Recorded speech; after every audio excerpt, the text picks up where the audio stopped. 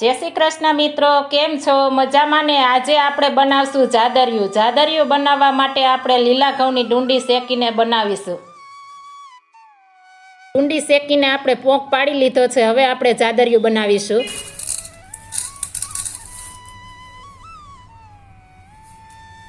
હવે આને આપણે મિક્સર જારમાં નાખી દેશું.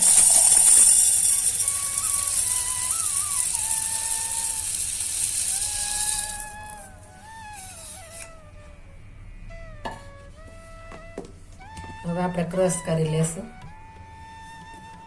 આપણા ઘઉં પીલાઈ ગયા છે. આ રીતના કરકરું દળવાનું છે.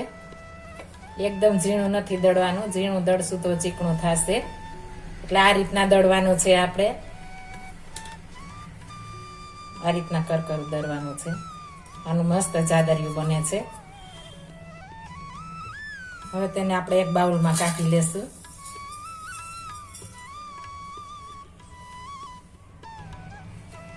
હવે તેમાં આપણે દૂધ ઉમેરીશું.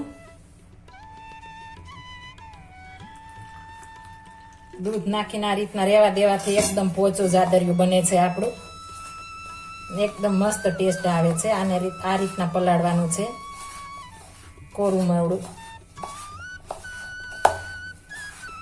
હાથથી મિક્સ કરવાનું છે.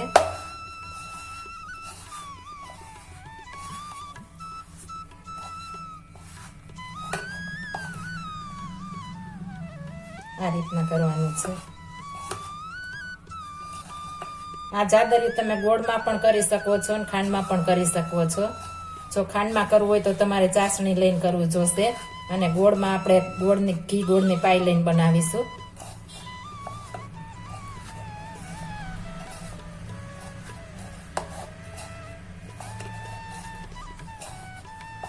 ગોળમાં મસ્ત બને છે. ગોળમાં કેલ્શિયમ ભરપૂર હોય છે. લોહીના ટકા વધારે છે. એટલા માટે આ ગોળમાં બનાવવાથી મસ્ત લાગે છે. હવે આને આપણે દાબીને રાખી દેશું 10 થી 15 મિનિટ સુધી. આ રીતના એકદમ છૂટું થઈ જશે. 10 થી 15 મિનિટ સુધી આ રીતના રહેવા દેશું. એટલે એકદમ પોચું મસ્ત થઈ જશે. હવે તેને આપણે થોડી વાર ઢાંકી દેશું. આ રીતના આપણે ડીશ ઢાંકી દેશું. એકદમ પેક કરી દેશું. હવે આને આપણે 10 થી 15 મિનિટ સુધી રહેવા દેશું. ત્યારબાદ આપણે એને બનાવીશું. હવે આપણે આને ખોલીને જોશું. એકદમ મસ્ત થઈ ગયું છે. ફૂલી ગયું છે. આ રીતના છૂટું થઈ જશે. મસ્ત બની ગયું છે. તમે જોઈ શકો છો. આ રીતના થવું જોઈએ. એટલે મસ્ત બને છે આપણું જાદરિયું. આ જાદરિયું ખાવાની તો ઓર જ મજા આવે છે. આ લીલો પોક ખાવાની પણ મજા આવે છે. લીલા પોકનું પણ બને છે. આ મેં સૂકવીને કર્યું છે, ક્રશ કરીને. આ લીલા પોકનું પણ બની શકે છે. તમે જોઈ શકો છો. મસ્ત છૂટું છૂટું થઈ ગયું છે. હવે આપણે ગોળની પાઈ લેશું. હવે એક પેનમાં આપણે ઘી નાખીશું. 2 મોટી ચમચી નાખું છું.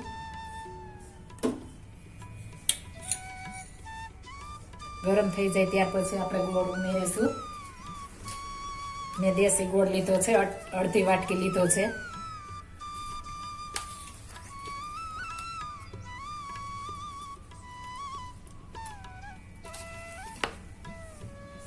દેશી ગોળમાં મસ્ત બને છે. સ્વાદ પણ સરસ આવે છે દેશી ગોળમાં.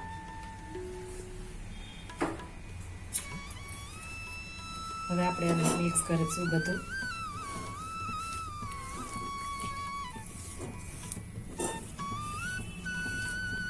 આ રીતના બધું આપણે હલાવી રાખીશું. આ જાદરિયું તમારા પાઈ ઉપર જ આધારિત છે. આ ગોળની પાઈ મસ્ત આવે એટલે મસ્ત બને છે આપણું જાદરિયું. કાચી પાઈ રહેશે તો હાથે ચોટશે. એટલે આપણે પાઈ આવવા દેવાની છે.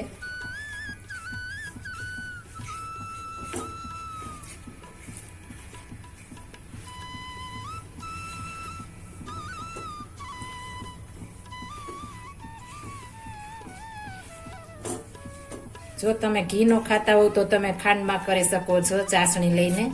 તો એમાં ઘીની વધારે જરૂર નથી પડતી. આમાં ઘી વધારે જોઈએ છે.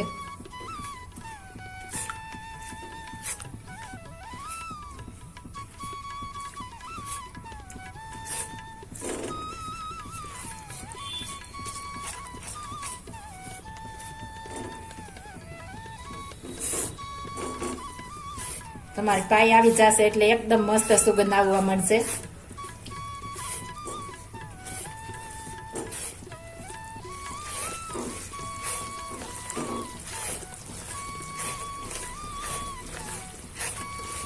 હજી થોડી વાર આપણે રહેવા દેશું એટલે મસ્ત પાઈ આવી જશે.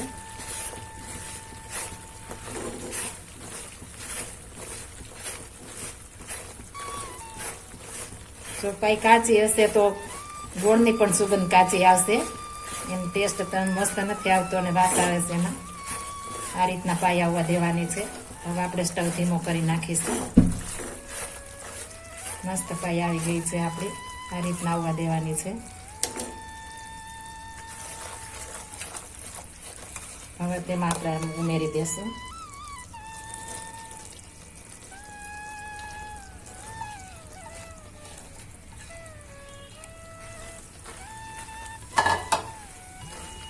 એકદમ લીલું બને છે, લીલા ઘઉં એટલે.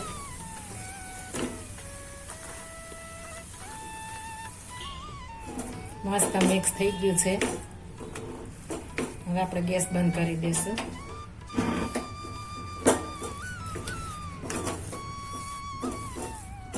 આ જરા પણ તળિયે ચોટતું નથી. જો તમારી પાઈ કાચી હશે તો તળિયે ચોટી જશે. તમે જોઈ શકો છો એકદમ ક્લીન છે તળિયું આપણું.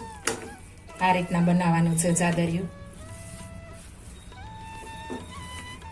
જો આ મારી રેસીપી પસંદ આવી હોય તો મારી ચેનલને હજી સુધી સબસ્ક્રાઇબ ન કરી હોય તો લાઈક, શેર અને સબસ્ક્રાઇબ કરી દેજો.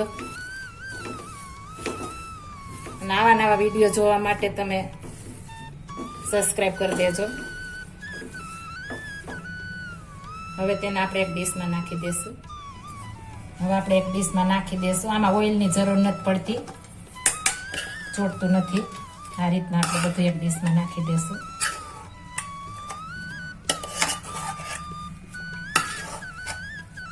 આ રીતના જરૂર એકવાર ટ્રાય મારજો. જો તમને આ જાદરિયું કેવું લાગ્યું મને કોમેન્ટમાં બતાવજો. હવે આ રીતના આપણે દાબી દેશું બધું.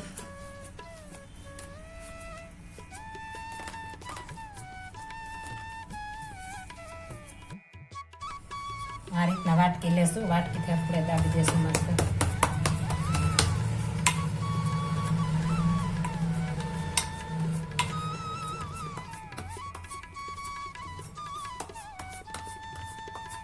આ ઠળે ત્યાર પછી જ આપણે ચેકા પાડવાના છે.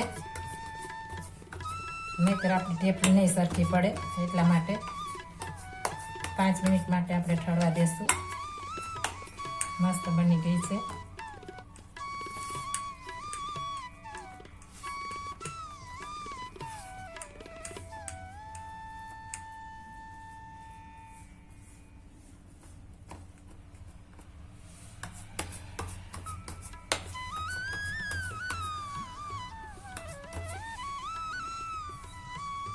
હવે છરી વડે આપણે પીસ પાડી લેશું. આ રીતના ઠળી ગઈ, મસ્ત ઠળી ગઈ છે.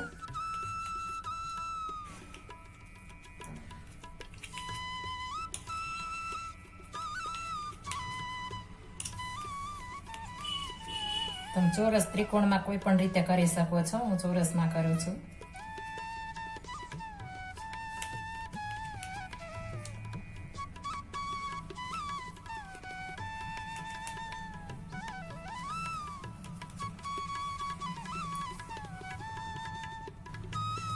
આ રીતના બહુ મસ્ત બને છે. તમે જોઈ શકો છો મસ્ત પીસ પડ્યા છે.